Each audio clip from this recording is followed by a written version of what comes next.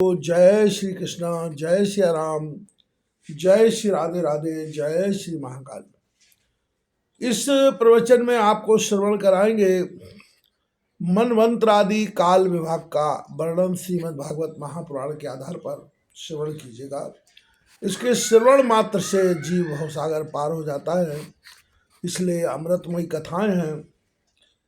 इसको सुन के और अपने जीवन को धन्य बनाइएगा और भवसागर पार होने का मार्ग प्रशस्त कीजिएगा।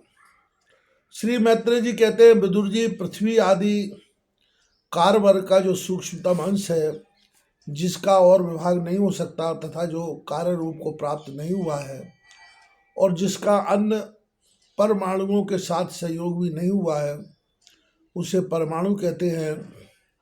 इन अनेक परमाणुओं के परस्पर मिलने से ही मनुष्यों को ब्रह्मस उनके समुदाय रूप एक अवयवी की प्रतीति होती है। यह परमाणु, जिसका सूक्ष्मतम अंश है, अपने सामान्य स्वरूप में स्थित उस पृथ्वी आदि कार्यों की एकता, समुदाय अथवा समग्र रूप का नाम परम महान है। इस समय उसमें ना तो प्रलय आदि अवस्था भेद की स्फूर्ति होती है और न नवीन प्राचीन आदि काल भेद का भान होता है और न घटपट आदि वस्तु भेद की ही कल्पना होती है। साधु श्रेष्ठ, इस प्रकार यह वस्तु के सूक्ष्मतम एवं महातत्व स्वरूप का विचार हुआ। इसी के सादृश्य से परमाणु आदि अवस्थाओं में व्याप्त होकर प्रत्येक पदार्थ को भोगने वाले षष्ठी आदि में समर्थ अव्यक्त रूप भगवान काल की भी सूक्ष्मता और स्थूलता का अनुमान किया जा सकता है। जो काल प्रपंच की परमाणु जैसी सूक्ष्म अवस्था में व्याप्त रहता है, वह अत्यंत सूक्ष्म है और जो षष्ठी से लेकर प्रलय पर्यंत उसकी सभी अवस्थाओं का भोग करता है, वह परम महान है।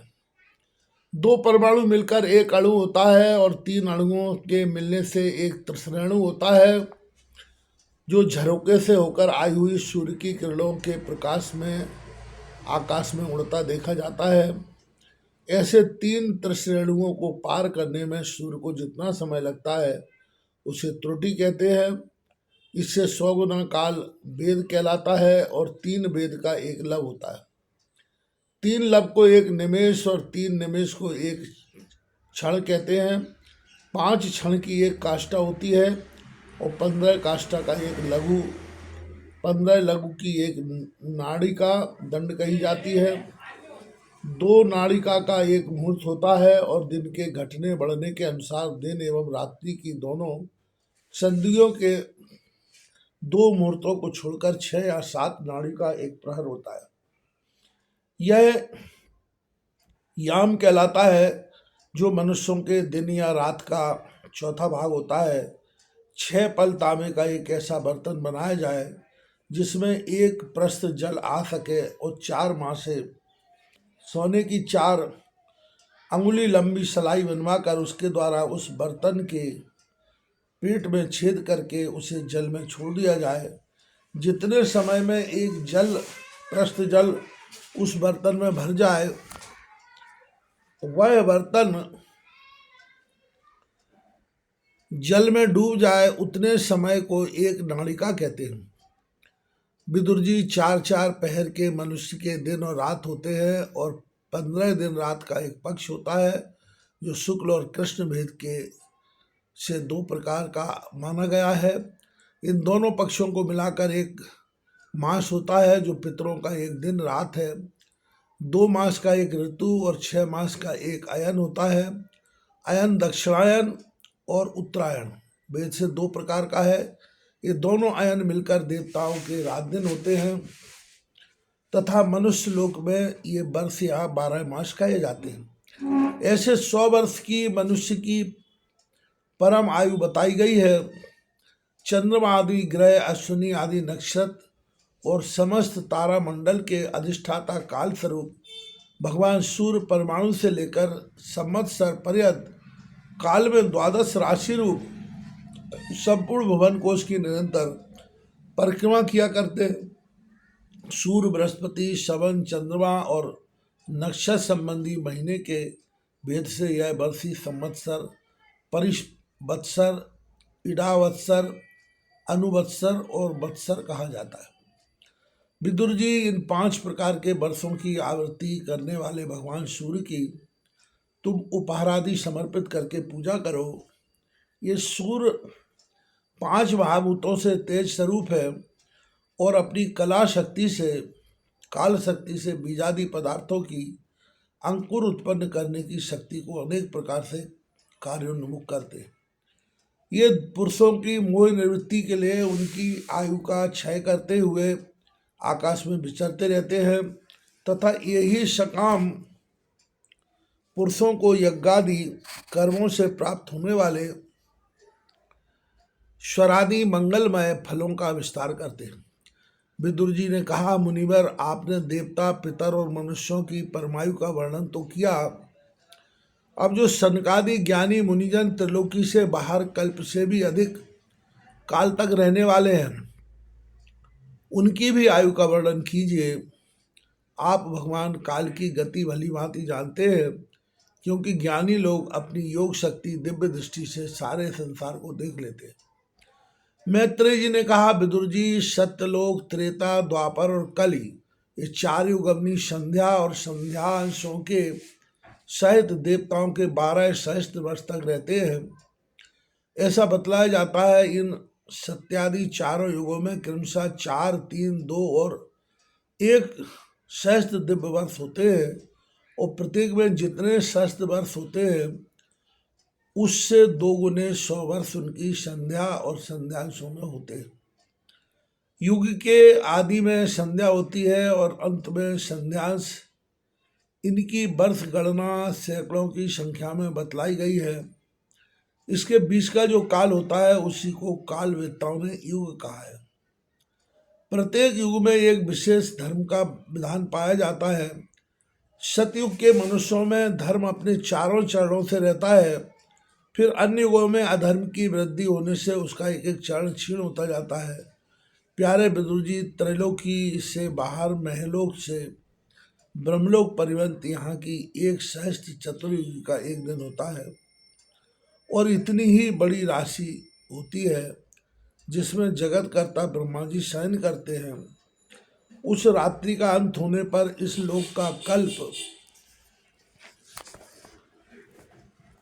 आरंभ होता है। उसका क्रम तब तक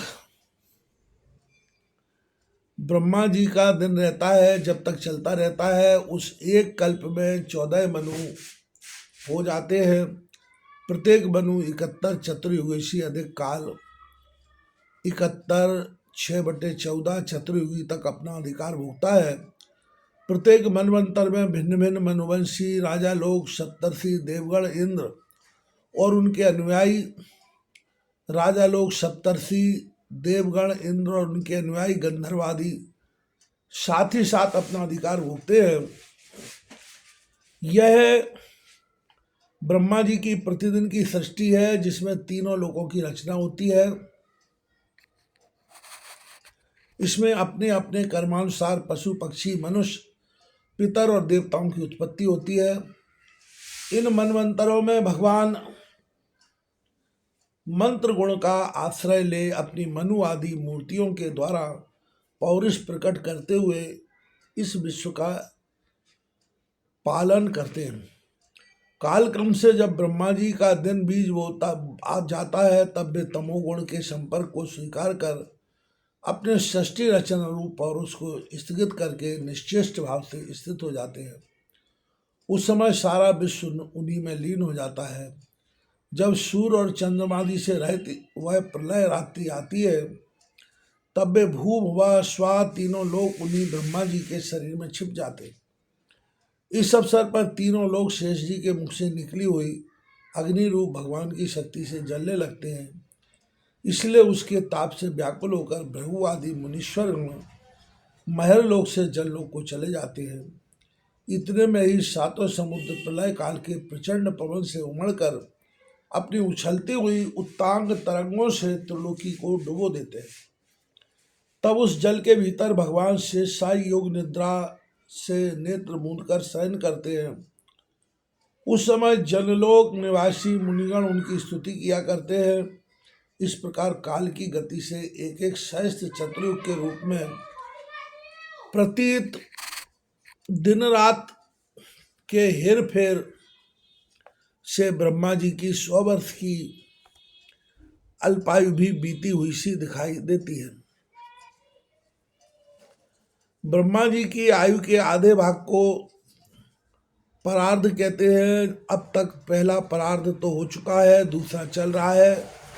पूर्व परार्ध के आरंभ में ब्राह्य नामक महान कल्प हुआ था, उसी में ब्रह्मा जी की उत्पत्ति हुई थी और पंडित जन उन्हें शब्द ब्रह्म कहते हैं। उसी परार्थ के अंत में जो कल्प हुआ था उसे पादकल्प कहते हैं। इसमें भगवान के नाभि सरोवर से सर्वलोकमय कमल प्रकट हुआ था। विदुर जी, इस समय जो कल्प चल रहा है वह दूसरे परार्थ का आरंभक बतलाया जाता है। यह 12 कल्प नाम से विख्यात है। इसमें भगवान ने शूकर रूप धारण किया था। यह 2 परार्थ का काल अव्यक्त अनंत अनादि विश्वात्मा श्री हरि का एक निमेष माना जाता है। यह परमाणु से लेकर 2 परार्ध पर्यंत फैला हुआ काल सर्वसमर्थ होने पर भी सर्वात्मा श्री हरि किसी प्रकार की प्रभुता नहीं रखता। यह तो देहादि अभिमान में रखने वाले जीवों का ही शासन करने में समर्थ है। प्रकृति, महतत्व, अहंकार और 5 तन्मात्रा, इन 8 प्रकृतियों के सहित 10 इंद्रियां, मन और पंचभूत, इन 16 विकारों से मिलकर बना हुआ यह ब्रह्मांड कोश भीतर से 50 करोड़ योजन विस्तार वाला है तथा इसके बाहर चारों ओर उत्तरोत्तर 10-10 गुने 7 आवरण हैं। इन सब के भीतर यह है जिसमें परमाणु के समान पड़ा हुआ दिखता है और जिसमें ऐसी करोड़ों ब्रह्मांड राशियां हैं, वह इन प्रधान आदि समस्त कारणों का कारण अक्षर ब्रह्म कहलाता है और यही पुराण पुरुष परमात्मा श्री विष्णु भगवान का श्रेष्ठ धाम स्वरूप है।